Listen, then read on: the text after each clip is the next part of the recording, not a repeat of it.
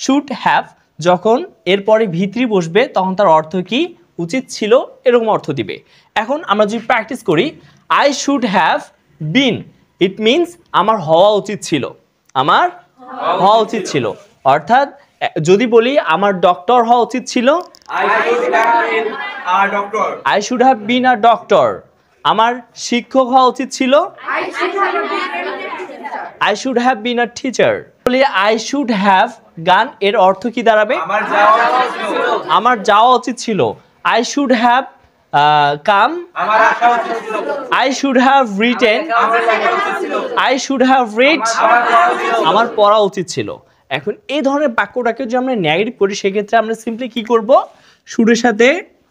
not যুক্ত করে দেব অনেক ক্ষেত্রে আমরা বলে থাকি তোমার এখানে আসা উচিত ছিল না রাইট এখন যদি বলি